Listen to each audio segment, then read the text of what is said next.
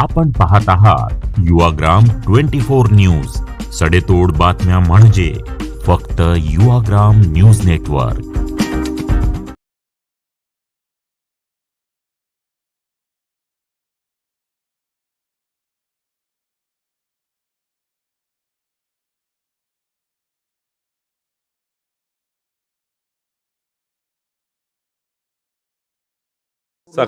सकाळी प्रत्येक बूथच्या कार्यकर्त्यांशी चर्चा केली. जवळजवळ 1800च्या वर बूथ या सांगली लोकसभा मतदारसंघात आहे. मी अपक्ष उमेदवार आहे. मी अपक्ष उमेदवार असूनसुद्धा प्रत्येक बूथवर आमची यंत्रणा कामाला लागलेली आहे. पोलिंग एजंट तिथे जाऊन बसलेले आहेत. एवढा उत्साह कार्यकर्त्यांच्यात आहे हे बघून निश्चित आम्ही सुद्धा आमचं मन भरावून येते की एवढी शक्ती एका अपक्ष उमेदवाराच्या मागे लोक लावू शकतात.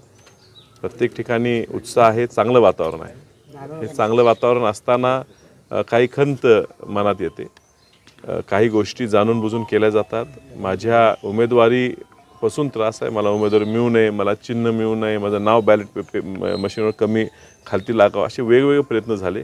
कालही वेगवेगळे प्रयत्न केले गेले. आज सकाळीही क्लिअर इन्स्ट्रक्शन असताना की उजव्या हाताची बॅलेटिंग BU युनिट जी म्हणतो, जी बॅलेटिंग युनिट आहे ती उजव्या हाताला असली पाहिजे, हे क्लिअर इन्स्ट्रक्शन ट्रेनिंगमध्ये दिलं असूनसुद्धा बऱ्याच ठिकाणी जाणून बुजून मशीन उलटी फिरवून डाव्या बाजूला ठेवण्याचा प्रयत्न केला गेलेला आहे.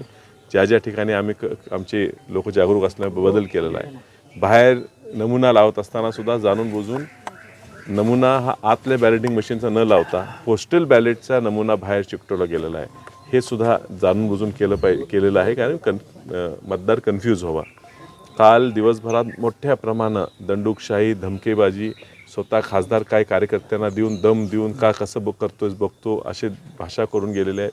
पैशाचा अमाप गैरवापर केला आहे, यंत्रणेचा गैरवापर केला आहे. सोशल मीडियाच्या माध्यमातून खोटे मीम्स व्हायरल करायचा प्रयत्न केलेला आहे. अत्यंत खालच्या पातळीवर जाऊन राजकारण करायची परिस्थिती ही ह्या विरोधकांची आल्यामुळे मला विश्वास वाटतो की माझा विजय आता मोठ्या फरकाने निश्चित आहे. विशाल पाटील, काही ठिकाणी तुमच्या विरोधातले व्हिडिओ व्हायरल केले जात आहेत, त्याला कसं उत्तर द्या? विरोधातले नाही, हे जाणून बुजून बदनामी करणारे व्हिडिओ आहेत. ह्याला काय उत्तर आपण देणार आहे? ह्याच्यातून हेच कळते की ह्यांचा केवळानं प्रयत्न आहे की काय जमनाच आता म्हटल्यावर काय ते दुसरं करून करायचं. ह्या पातळीवर राजकारण नेतील एवढ्या खालच्या दर्जाप्रमाणे.